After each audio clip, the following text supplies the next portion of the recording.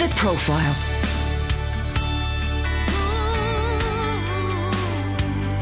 You're listening to Premier Christian Radio. Where faith comes to life.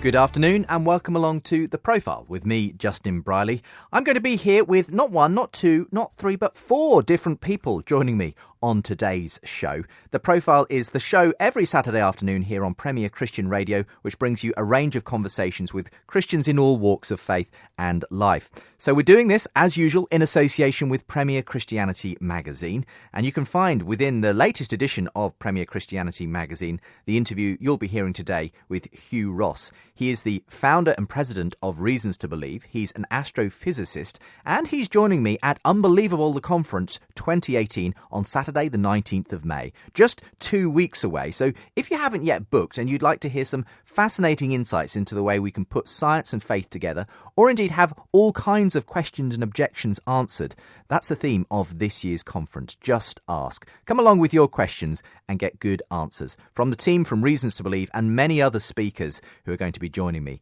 at this year's conference. Saturday, the 19th of May. If you want ticket deals and everything else, info, topics and much more, go to the website premier.org.uk/justask. So we'll be hearing from Hugh in just a moment's time, and then straight after Hugh in this section of the programme, we'll also hear from Ken Samples of Reasons to Believe. He's a theologian on staff with them. And later on in the programme, you'll also be hearing some conversations I've had with Tim Keller and Os Guinness. So don't forget to ask for a free sample copy of the latest edition of Premier Christianity magazine at the website premierchristianity.com/free sample, and indeed to listen to and share the profile as a podcast from wherever you get your podcasts or at the website premierchristianradio.com/the profile. So to begin our series of interviews on the profile this week, let's start with Hugh Ross. Welcome along, Hugh. Thank you. It's great to have you, and it's just a good chance to share a little bit of your background, your faith journey on today's show. So take us back to the beginning, Hugh. You're a scientist now. Right. You're a Christian now. Right. But you weren't when you were growing up, were you? Oh, not at all. I was born, raised, and educated in Canada. My parents were moral, but we only attended church a very few times. But I got into astronomy when I was 7, trying to figure out why the stars are hot. And from the age of 8 onwards, I knew astrophysics would be my future career, would study a particular discipline every year in some depth. Age 16, I looked at cosmology, the origin structure of the universe.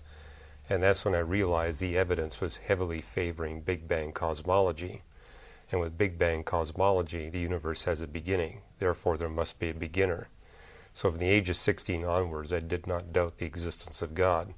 But I was skeptical this God that created this vast universe would communicate to us beings on a small speck we call planet Earth. But for the sake of intellectual honesty, I actually went through the holy books of the religions of the world and recognized that of all the different holy books, there was only one that was accurately and consistently predicting future science and future history. And so at age 19, I signed my name in the back of a Gideon Bible, committing my life to Christ. And 8 years later, I met Christians when I arrived on the Caltech campus. This story is just so interesting because nowadays, most people get the impression that if you start to look at science, you're more likely to be drawn away from any idea that God exists. But for you, quite the opposite. When you started to look at the science, you came from a place of, I guess, agnosticism to actually believing just on the basis of the scientific evidence that there must have been a creator. Well, when you look at Big Bang cosmology, see, I was studying this at the very time when scientists here in Britain were developing the first of the space-time theorems, which states that the entire universe is traceable back to an actual beginning of space and time with a causal agent beyond space and time that brings this universe into existence. As I looked at the Eastern religions, they talked about space and time being eternal, not created. And what I saw in Christianity was a story that was different and consistent with the latest discoveries in astrophysics. And so when you picked up the Bible and started looking through it for yourself, what kind of was the process by which you started to think, well, does that fit with what I know of science? Well, what surprised me, it was the only holy book that actually spoke of an actual space-time beginning when the universe was created. It's also the only holy book that talked about the universe continuously expanding. And I knew enough about the history of astronomy to realize that was not recorded anywhere else outside of the Bible until the 20th century. For over 2,000 years, the Bible stood alone in stating, we live in a continuously expanding universe, a universe with constant laws of physics, and where one of those laws is a pervasive law of decay, which means we must be living in a universe that progressively gets colder and colder as it gets older and older. It's really interesting you say this, because most people, I guess, who pick up the Bible don't see those kinds of details in it. Obviously, with your scientist eye on, what led you to the conclusion that some of these discoveries of modern science are in some sense predicted within the pages of Scripture? Well, it's not that the Bible just says it once. I mean, there's actually 11 different passages which talk about God stretching out the heavens. And it puts it in a variety of different Hebrew verb forms, which means the Bible literally, not figuratively, is speaking about God continuously expanding the universe from the cosmic creation event. You know, that's the heart of Big Bang cosmology. So the fact that the Bible predicted Big Bang cosmology in all of its fundamental details, thousands of years before any astronomer even dreamed of the concept, was one piece of evidence that told me this book has predictive power. And I spent 2 years going through the Bible trying to find some place where it got it wrong on predicting future scientific discoveries. It never did. It was always right. And it's noticed that the same predictive power with respect to human history, predicting future historical events. And I realized that was only possible if this book was inspired by the one that actually created the universe and knows the future. And so that was one of many pieces of evidence that persuaded me. It's extraordinary stuff. I mean, the first thing that leaps to my mind, though, is that most people, when they think of science in this country, do think that somehow it's linked inevitably to atheism. You know, our most famous export, unfortunately, on this front is Richard Dawkins.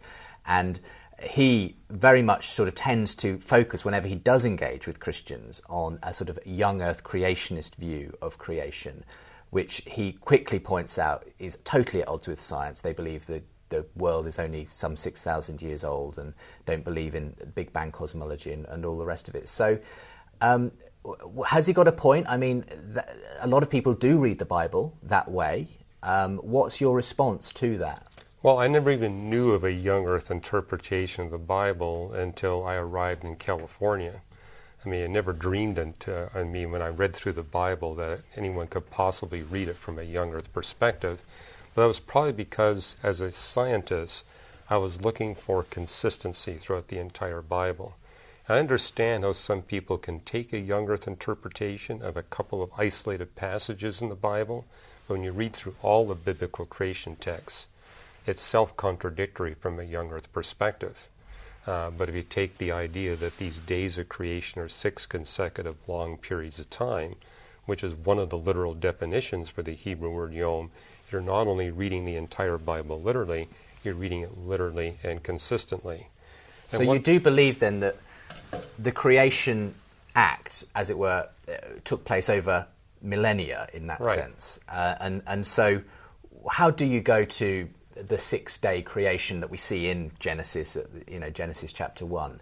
What's happening there for you? What is being expressed, if not sort of 6 literal 24-hour day periods? I read the Genesis for the first time at age 17, and I noticed right away there's an evening and a morning for the first 6 days, but not the 7th day. That's the day when God rests from his work of creation activity. And when I read that, it answered for me a problem that had bothered me since age 9, the fossil record enigma. How we see all this evidence for speciation events before humanity and virtually none afterwards. And when I read Genesis, this is finally the answer. For 6 days God creates. On the 7th day he ceases from that work of creation. I also noticed that the text talked about the human male and the human female being created by God on day 6. But in chapter 2, there's a considerable passage of time between God creating Adam and God creating Eve. Even makes the point that Adam was lonely before Eve showed up. So I said the 6th day has got to be a significant period of time, as well as the 7th. And I noticed, too, that all the events mentioned in the 6 days were in the correct chronological sequence, with respect to the record of nature.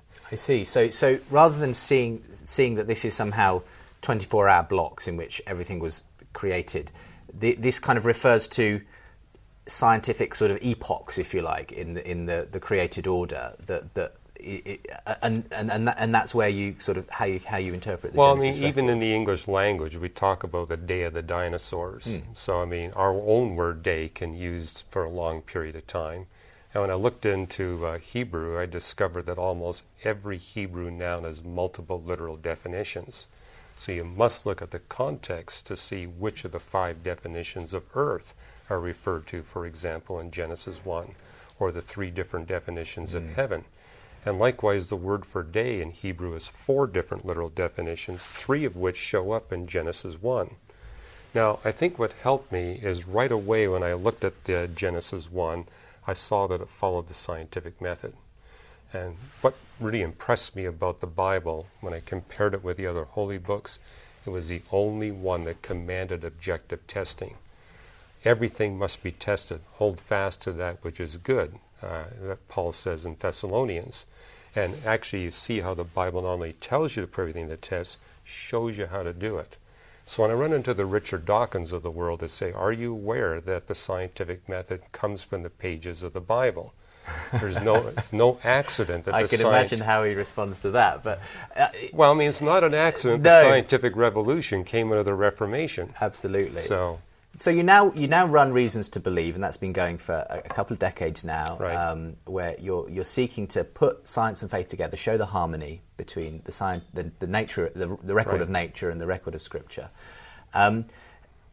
Where does Jesus fit into all this? The person of Jesus obviously is the central defining aspect of the Christian faith.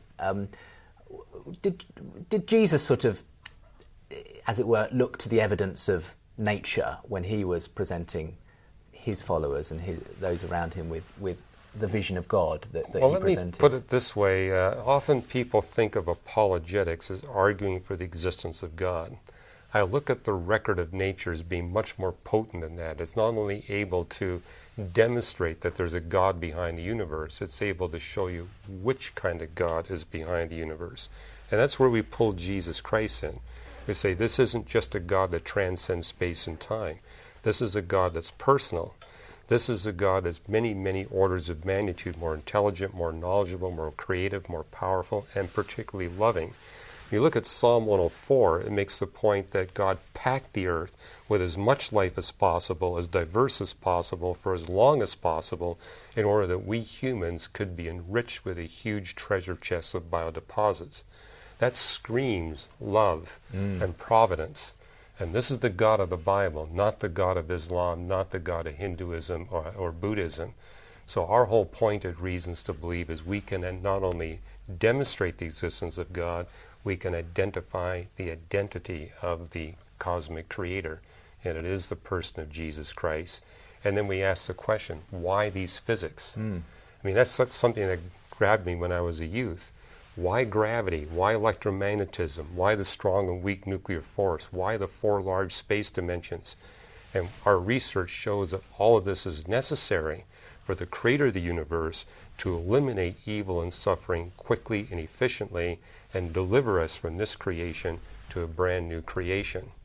And so that, again, kind of just ties right into the gospel, and also realizing the physics of this universe provides the best possible theater for the creator of the universe to enter our realm, demonstrate an example of humility for all of us, but also take upon himself the redemptive price for the sins of every human being. The physics is perfect for the creator of the universe to do that. It's mind-boggling stuff, but I'm so glad we have you, Hugh, to help us to understand and to put these things together. It's been great talking to you, Hugh, and if you would like to find out more about the Ministry of Reasons to Believe, I do encourage you both to visit Hugh's website, the Ministry of Reasons to Believe. For the moment, thank you very much, Hugh, for joining me today. My pleasure. You're listening to The Profile with me, Justin Briley. Don't forget you can download The Profile as a podcast anywhere in the world. Do go to our website for more information, premierchristianradio.com/The The Profile. That was Hugh Ross talking to me about his life and faith. And remember, you can hear Hugh Ross in person and ask questions yourself at this year's Unbelievable Conference on Saturday, the 19th of May. Just go to our website for more details, premier.org.uk/Just Ask. Well, Hugh is the founder of Reasons to Believe, and one of the key scholars on the team is Ken Samples. He's also joining us at this year's Unbelievable Conference. He's a theologian, and I recently had a conversation with him about how he became a Christian, his life, faith, and ministry. Thank you very much, Ken, for joining me. Oh, it's my pleasure, Justin. Glad to be with you. Well, we're finding out today why you believe, and so it'd be good to take us back to the start of your faith journey. Did you grow up in a Christian household? When did you first, as it were, get to grips with God? Well, I was raised in what I would call kind of a nominal Catholic family. We went to church on, the most important holy days, so to speak. But I was kind of a restless youth. I wasn't really sure that I understood Catholicism or Christianity for that matter. And it wasn't until I was in college that my older sister gave me a copy of Mere Christianity by C.S. Lewis. And that book struck me as, wow, I didn't know Christians could be as thoughtful and reflective. And that was the book that kind of led to me giving serious consideration to Christianity, and then ultimately my interest in apologetics. So C.S. Lewis obviously has had a fairly foundational aspect in that. Did you go on to read other works of his? I did. I began really reading everything that I could get my hands on, and I, through Lewis, became exposed to other Christian theologians and apologists, and I began realizing that the things I was reading in Lewis I could use at the university. I was talking with both my professors and students about philosophical and theological issues. So that was a real shot in the arm, I think, to my spiritual life. I guess reading those materials helped to give you a sort of rational basis for the faith. What did it mean on a personal level, though? What did it mean for your life when you started to investigate these things, and what did it look like when you put your trust in Christ? Well, I think that what I appreciated about Lewis was not only that he was presenting arguments for the faith, something I had not heard up until that time, but he was also teaching me about historic Christianity. He was talking about a life of faith, a life of hope, love, and trust. And certainly when I began taking the Bible seriously, it had a big change on my moral life, on my view of the way I should be living day to day, as well as my vocational ideas. Up until that time, I wasn't quite sure. It was really a beginning of wanting to be interested in ministry, apologetics, and things of that nature. So it did have a big impact. I remember one of my friends who I knew since elementary school said that my life was black and white. It was a huge change. So it certainly took away the restlessness that was in my life. That's interesting. As you journeyed on and became obviously someone who was reading voraciously, who was thinking through these issues, did you ever have any doubts creep in? Did you have moments where you had to deal with issues, probably when you were presented with them for the first time? I do a show where I kind of launched myself in the deep end and opened myself up to problems with the Christian faith that I never knew even existed before I started. And that's kind of what an apologist does, in a sense. They're there at the front line dealing with some of the most serious objections to Christianity. So how did you deal with some of the doubts that came along? Well, they did come, and at first I thought maybe there was something wrong with me, that why would I have doubts about my faith? I came, though, to realize that I think any thoughtful, reasonable person, anybody who thinks hard about an issue, is going to have doubts. And I think one thing that helped me through that process was realizing sometimes your doubts are intellectual. Maybe I don't know enough about the issue. I really have not understood it properly. I think, however, there are also doubts that are of an emotional nature. I think sometimes we have difficulty trusting people in our life. And so I began to realize that doubts may arise in various ways. Something that has been enormously helpful to me, though, during those difficult times, is the reading of Scripture. Paul says that faith comes by hearing the message about Christ, Romans 10:17. And I've always found that Scripture speaks to me both in my mind and at the core of my being. But I think as human beings, as thoughtful people, we have to live with a certain level of uncertainty. And I came to realize that that's not just something that I struggle with, but that other people do as well. Sure. Now, in the journey, you've been helping others to work through their sort of intellectual side of their faith. When it comes to interacting with others, how often do you find people are needing answers to these sorts of intellectual issues to do with Christianity? I think lots of people tend to a lot of people, in my experience, don't tend to want to necessarily engage with that, don't tend to that doesn't seem to be something that's particularly important to them. But when you do engage with people on that, who are the kind of people who do need that sort of a level of engagement with the Christian faith? Well, what I realized teaching philosophy at a public college, I realized that I was trying to encourage students to ask the big questions of life. Why am I here? Is there a God? What's going to happen to me when I die?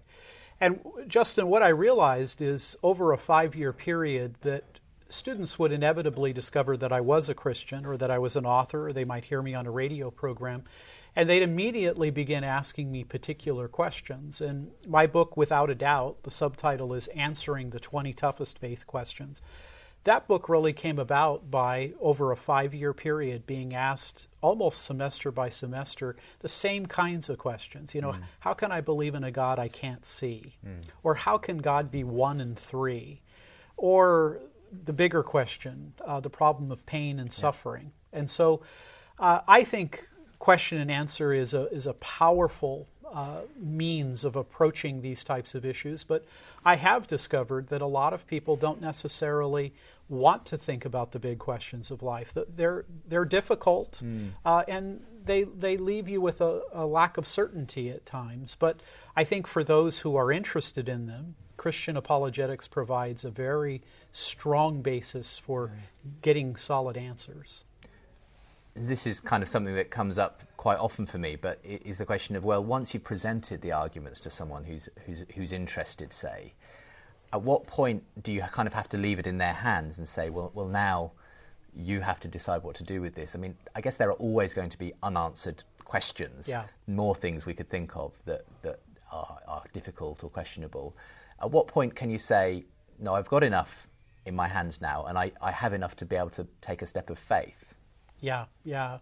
Well, I think that I think that's right. I think apologetics, Justin, is often taking away people's misperceptions. I mean, many of the skeptics that I talk with, they don't think someone like me cares about reason and logic, and I try to communicate to them that faith involves knowledge and that it's compatible with reason.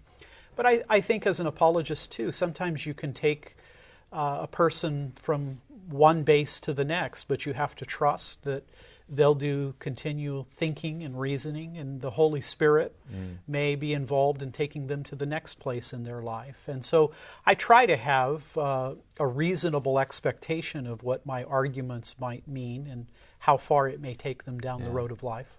I was reading Alistair McGrath recently on C.S. Lewis. There's a big year coming up next year, the 50th anniversary of his passing away. But in this article, he was saying what Lewis did brilliantly was not just present arguments for the existence of God, but he made people want Christianity to be true. And I think there's something true about that apologetics at its best is not just defending truths about Christianity, but it's actually about making people thirsty for it as well. I think that's very well put. I mean, I think the idea of knowing that there is purpose in life. As a non-Christian, I was troubled by what does my life mean, and what is there rhyme and reason to life? And Lewis writes very passionately about the good things of a Christian life, and I will often share with the skeptic. I mean, you're going to die it may be soon. You die alone, you're dead forever. I mean, that seems like a hopeless worldview. What is the Christian alternative to that? And what is again, the idea of being no longer restless, but finding meaning and purpose? So yeah, that's a very good way of describing apologetics. And when you are interacting with skeptics, what are the sort of lessons you have learned about the best way to do dialogue? We live in a world where the internet, unfortunately, and the anonymity that it provides often means that people kind of end up in a slanging match, really, hurling insults of one kind or another, perhaps with a vaguely intellectual gloss on them. Very different, I find, to actually interacting with someone face to face.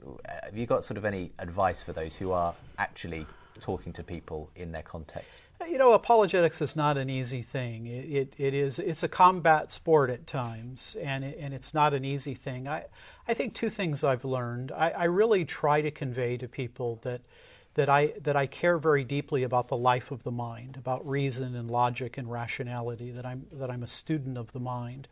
But the other one is, I think, Justin, often it's your demeanor and your attitude that carry as much weight, sometimes even more than your arguments. And so when Peter says, be ready to give to every man an answer, he also talks about doing it with gentleness and respect. And so I try to build some kind of connection. I try to be perceived as a credible person, not only logically credible, but also ethically credible, and using, again, that sense of what you referred to with Lewis, that this is something that I see as very valuable, and I hope they will as well.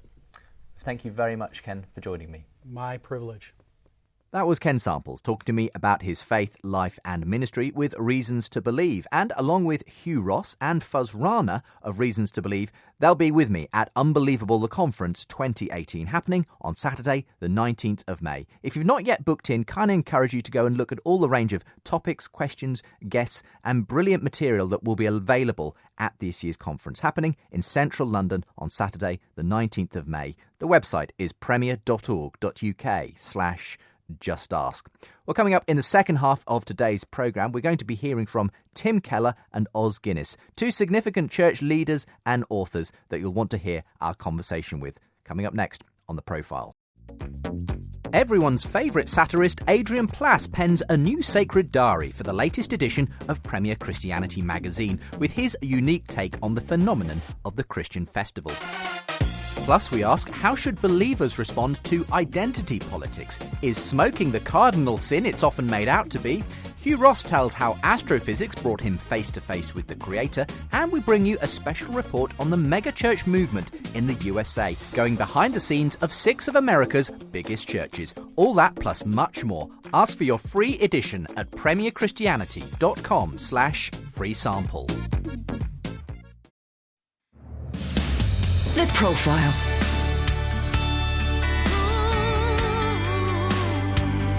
You're listening to Premier Christian Radio. Where faith comes to life.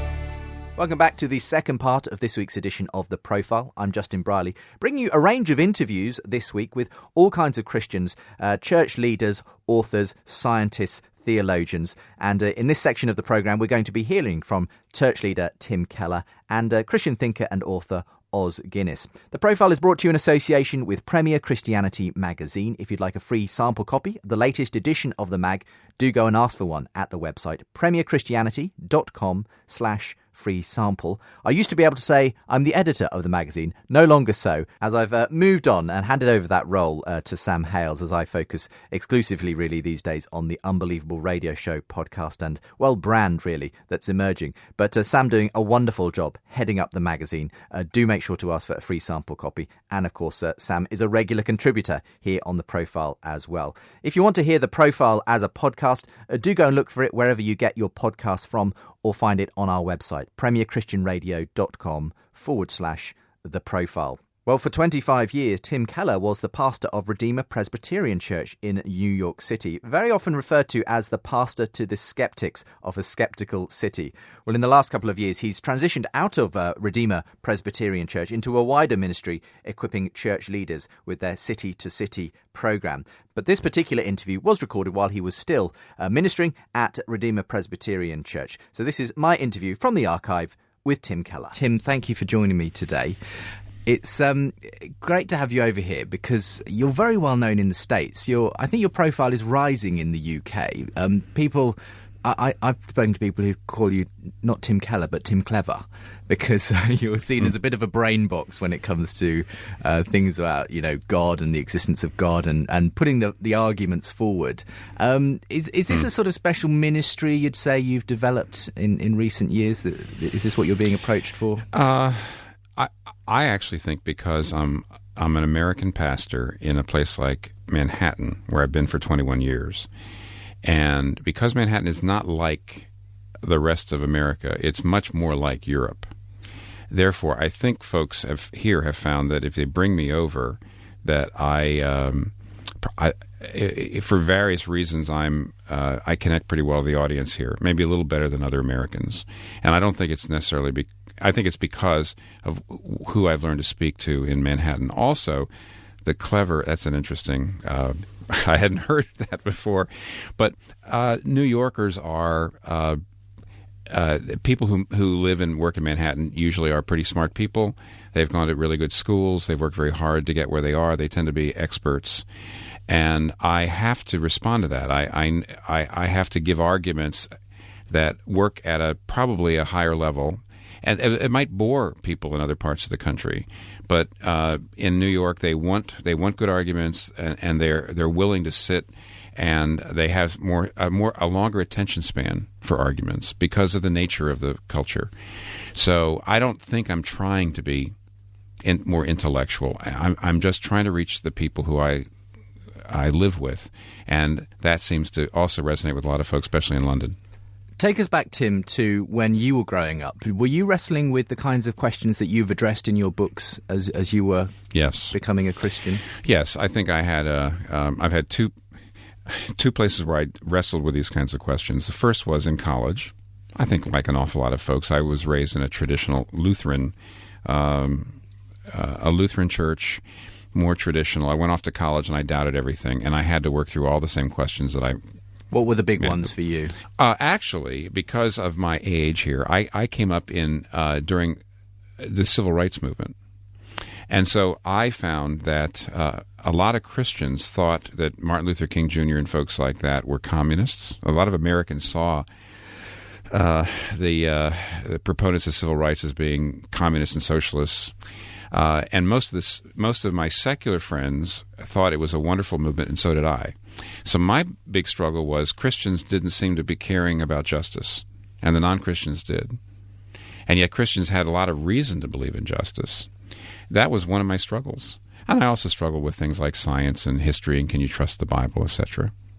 So what process did it take for you to come to a satisfactory place in your head where you could progress and say, well, I mean, were those questions stopping you having a relationship with Christ, or was it just that you had a relationship but you also had doubts and you had to kind of deal with those?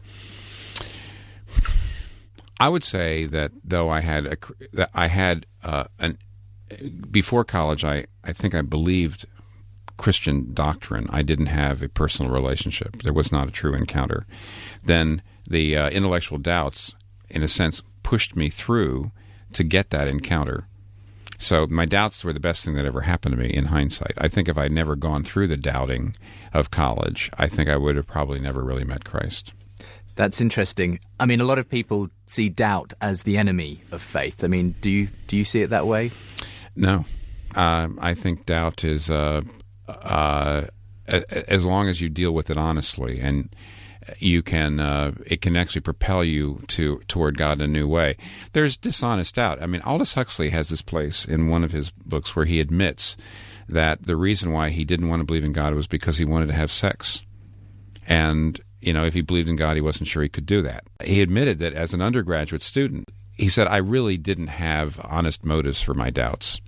I wanted my doubts to help me say, who knows, so I can live any way I want. So there are doubts that can destroy your relationship with God, and there's doubts that can propel you into one. What are the main questions that you're coming across in your ministry to skeptics and unbelievers? Well, they change a bit. For example, when I was 20 or 30 years ago, one of the biggest questions was, how can I, as a modern person, believe in miracles? I can't believe in the resurrection. I can't believe in these things because miracles don't happen. What's intriguing is younger people don't go there anymore. They're much more willing to say, it's a mysterious, weird universe out there, who knows? So miracles isn't their problem. More of the questions that come up is, if I'm a Christian, how do I live in a pluralistic world? Will I be intolerant of other religions? Will I be intolerant of people who live different lifestyles and lives? So there's more of a question of whether it goes back to in the Roman days and the early church. People said, "Can Christians be good citizens?" And increasingly, I'm getting that question from people. If I was a Christian, can I be a good citizen in this pluralistic society, or will I be almost a terrorist? Because I'll just feel like everybody else is an infidel and I have to go after them. It's an interesting area because obviously you are there kind of in the heart of Manhattan. It's a very cosmopolitan culture. Mm-hmm. Yet you're running this successful church. You've got lots of people coming along. I guess a lot of people probably said it couldn't be done. Yes, Bible Belt, fine. You can build a big church down in the Bible Belt. But New Yorkers, they're savvy. They're not going to buy some kind of slick marketing campaign from a mega church. What's been the secret of the success of Redeemer in terms of the way it has managed to reach these people? Yes, I did hear that. The simple fact is that every religion except Christianity tends to be immobile. Now, what I mean by that is Hinduism began in India, and that's still where most Hindus live. Buddhism began in really India, migrated. Probably the center is more of Japan, but it's most Buddhists are Asian. Most Muslims still live in the Middle East, by and large, but Christianity migrates. In other words, it's started in the Mediterranean. It's moved to being a European. It moved to being a North American. Now it's growing like so rapidly in Asia and Latin America. Christianity does not only fit one class. I mean, in its proper form, it has to be incarnated, it has to be communicated, it has to be connected to the baseline cultural narratives and the hopes and aspirations of any particular culture, and then it'll win a lot of people. And it was really a matter simply of finding a form that was more urbane, a form of Christianity that connected to the concerns and of the people in the city, and also answered questions of people in the city. So there's a rural form of Christianity, there's an urban form of Christianity, there's a white, there's a black, there's these various forms. They're all the same, still Apostles' Creed, still believe the same things, but the way it's couched and the way it's communicated has to be different for every culture, and once you find that way, it grows. And we were just looking for that way in New York, and we, to some degree, have found it. Counterfeit Gods is the name of your latest book. What are the gods that are being counterfeited in our society, do you think? Well, the idea of counterfeit gods is that every culture has its idols, and that means taking good things, making them ultimate things. Good example of this would be, in traditional cultures, there's a tendency to make the family an idol. So that's the whole idea behind honor killings. An honor killing is the family's honor is all important. It's so absolute that we'll kill somebody in the family who's not upholding it. Now, we in the West can hardly understand that. We're just shocked at honor killings, but that's because we make the individual an idol. And individual fulfillment is the most important thing. And my individual happiness is more important than keeping my promises or my submission to God. So every culture has its own idols. Also, even cities. In America, by the way, the idea is, in Boston they ask, what does he know? In New York they ask, how much does he make? And in Philadelphia they ask, who's his family? And that's a way of getting at the fact that even cities have their own idols. And yet, of course, Christianity says that whether you're from Philadelphia or from Boston, or whether you're from a traditional culture or an individualistic culture, you have to put God first, and that changes the way in which you live in your culture. It's been fascinating talking to you, Tim. Thank you very much. Take our best back to New York, and I hope you enjoy the rest of your stay over here in the UK. Thank you so much, Justin. That was Tim Keller speaking to me in that archive interview about his life, faith and ministry at Redeemer Presbyterian Church. Our next guest on today's edition of The Profile is Os Guinness. He's a Christian speaker, author and public intellectual. His books include Fool's Talk, Recovering the Art of Christian Persuasion, Unspeakable, Facing Up to the Challenge of Evil, and Renaissance, The Power of the Gospel, However Hard the Times. Again, from our archive, Os Guinness speaking to me about his life, faith and ministry.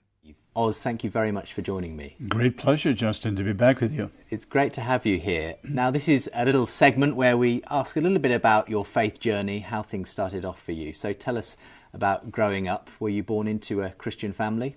I was. My parents were medical missionaries in China, so I grew up in the very turbulent times at the end of World War II, and I lived to see the climax of the Chinese Revolution and the beginning of the Reign of Terror. Goodness me. So quite heady sights for young eyes, I'm sure. Well, it certainly gave me a deep sense of realism about the world. Tell me then what happened in your own faith journey. Did you essentially inherit the faith of your parents? No. Obviously, I have a number of generations of faith behind me, and that's a story in itself.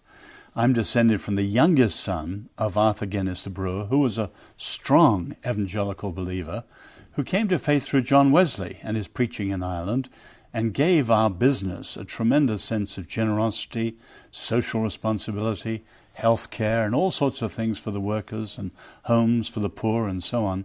So that heritage is behind me, but when I was 9, my parents and I were under house arrest in China, and they were able to send me to England and school, so I had all my teenage years actually without my parents. So obviously their love and their faith and their prayers were behind me, but they had no influence in my life at all in a daily practical sense growing up. And I came to faith at the end of my school years really through one Christian friend and through reading and an odyssey of books. And on the one hand, people like Nietzsche and Sartre and Camus and people who were atheists and hated God. And then on the other hand, people like Dostoevsky, Pascal, G.K. Chesterton, C.S. Lewis. And eventually I became convinced for myself that the Christian faith was true. You obviously took that into a very academic environment at university and then in Oxford. So what kind of challenges have you experienced along the way to your Christian faith? Well, I've followed Jesus now for 50 years. And I love the little statement from George Whitefield, I'm never better than when I'm on the full stretch for God. And so I love the idea of the adventure of faith and stretching yourself by seeing it where it can apply. So, my doctorate at Oxford in the, quote, the sociology of knowledge, that's a mind-spinning relativistic area. And it was a challenge to think it through. But at the end of it, my faith was deeper. Earlier, I had studied for a number of months under a guru in Rishikesh, who was a philosopher and obviously deeply involved in Hindu religion and philosophy. I found that at first incredibly challenging, but at a moment when I grasped the difference between the Christian faith and Hinduism, my faith just deepened immeasurably. And those two sort of experiences have been true of all of my life. Every time I've stretched my faith, taking on the challenges, I've ended the challenge by realizing it is more profound as true. It is more profound as adequate. And that's been my story. Many people, when they encounter other worldviews, be they atheistic or other religions, tend to shrink back from claiming any special place for Christianity. They maybe reduce Jesus to the moral teacher or whoever. Why didn't that happen in your case? Why for you? Well, that's a disastrous view of faith. I mean, the ultimate reason to believe is that we're convinced it's true. And if that's so, then all truth is God's truth. And then importantly, we fear no questions. That doesn't mean we have all the answers, but it means that we're prepared to tackle the questions and take on the big issues. And as I said, I'm a great believer that contrast is the mother of clarity. And a lot of people have this sloppy idea, they're all the same. Not at all. If you look at the difference between the Christian faith and atheism or Hinduism or Buddhism or whatever it is, you come back every time with the wonder and the gratitude of knowing the difference that knowing God through Jesus really makes. And is that this key difference for you? I remember C.S. Lewis, there's a story, I don't know if it's apocryphal or not, of him walking into some kind of conference on different religions, and they asked him, well, what do you think is the key thing that separates Christianity from other religions? And he said, oh, that's easy, grace. I don't know whether that's where you would put the key differential. What would be your take on Well, that? it depends. I think there are many, many differences. For example, at our conference in Oxford in a couple of weeks at the Oxford Centre for Apologetics, the whole stress is human dignity, people made in the image of God. And in today's world, that's one of the huge differences. Because for a long time, humanism was a parasite on the Christian faith. God was no longer there, but humans still had dignity. Well, more and more now, whether it's science or philosophy, that's disappearing. Are we just an animal? Are we just the product of our genes, etc., etc.? The alternatives to the Christian faith, when it comes, say, to human dignity, are very strong. So you could take a notion like grace, or you could take a notion like human dignity, or freedom, or truth, many, many other differences. But always you come back, the differences make a difference, and thank God for them. So this work, this engagement with other points of view, worldviews, has all fed in, I suppose, to what your current project is. Recently, you've been working on what's been called the Global Charter of Conscience. Tell us a little bit about the background to that, what it's all about. Well, it's no secret that our world doesn't know how to handle differences, especially when they're religious. Many countries like China, you have government repression. Other countries like Nigeria, you have savage sectarian violence, say Boko Haram slaughtering Christians. But here in the West, we have endless violations and the mounting culture wars over what religion is in the public life. And really there's a dueling set of visions.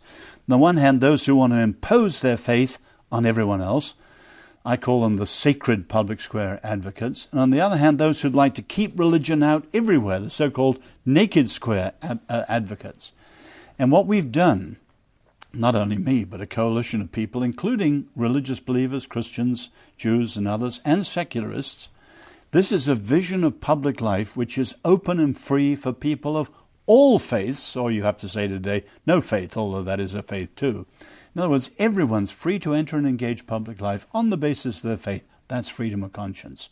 But with an understanding of what is just and free for other people too. And this is the notion of a civil public square. And it's an innovative, constructive, new way of going forward.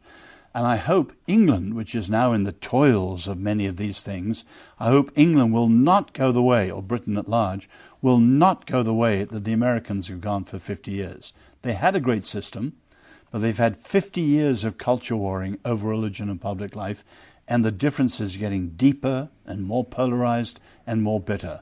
I mean, America has always had a separation, obviously, of church and state. What happened in the last 50 years, though? Well, for 200-odd years, they did it magnificently. And then when these issues became a matter of culture wars, and you had the Christian right or the religious right against the secularist left, you had the sacred public square against the naked public square, and it's got more and more bitter. Now, on the Christian side, obviously I'm a Christian, millions of people your generation are dropping out of faith altogether because of the ugliness of the Christian extremism in public life. Now, I think the secularist extreme is just as bad. So our vision is an alternative to both of them. And in a way, we're saying a plague on both your houses. This is in nobody's advantage. We're in the interest of the common good. I suppose many people would say in response here in Britain, well, we are a Christian country, or at least we were up until recently. We were based, within a Christian framework. So we sort of have this history, and we shouldn't just let it go in that sense. Not. And so many people feel like there is a battle, there is a culture war here. where there is a group of people on one side who want to rob us of a Christian heritage. If and we're a Christian talking foundation. Christianly, of course there's a war, but the Bible talks about the war in the supernatural realm, and that is very profound, what Nietzsche called a war of spirits. But when the scriptures talk about other people, we're contending for the truth, and it's much more in legal terms than in battle terms. And of course we're told to fight for the good of the cities in which we live, Jeremiah, and so on. So Christians should pray for the peace of all people, and we've got to really follow the scriptures in doing this in a Christ-like way. So the American Christian right demonized their opponents. Jesus called us to love our enemies. And this is the problem, I think, that does happen. There is always a danger, isn't there, of Christians eventually just being known for what they're against rather than what they're for. Exactly. And then there's a backlash against them. Absolutely.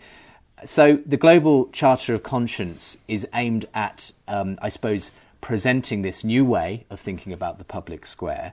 Who are you hoping to reach, to influence with this particular Well, charter? at this stage, there's a small coalition of people who really understand the issues, and a much wider group of scholars who are experts in religion and law and understand this. Now, there's the beginning of a grassroots movement, but we know well you can never win by a grassroots movement alone. The missing thing, and on many of these issues this is true, is a political national leader of stature with moral courage and the ability to articulate vision. In America, and sadly also here, many of the political leaders just follow the political trends, and they just go with the culture warring style, and that is a disaster. We need someone, say in England, on the level of a Wilberforce, in America on the stature of an Abraham Lincoln, prepared to stand above the fray and to articulate something in the national interest for the common good of all citizens, whether they're religious or even anti-religious, whether they're Christian, Jewish, Muslim, or whatever. And that's what this vision is about. Well, I wish you all the very best with it, and we'll certainly be supporting you as you go forward. Oz, thank you for joining me today. Always a pleasure, Justin. You've been listening to The Profile with me, Justin Briley. That was Os Guinness talking to me about his life, faith and ministry. Topping off 4 different guests talking along those lines on today's edition of the show. Hope you've enjoyed it, and make sure to tell your friends about The Profile. Available as a podcast wherever you get your podcast from, or at the website premierchristianradio.com/The Profile. And don't forget that we publish monthly interviews with Christian leaders in all walks of life in Premier Christianity magazine. Do ask for a free sample copy of the latest edition at premierchristianity.com/free sample. For now, thanks very much for joining me on this week's edition of The Profile. Coming up next, Premier Playback.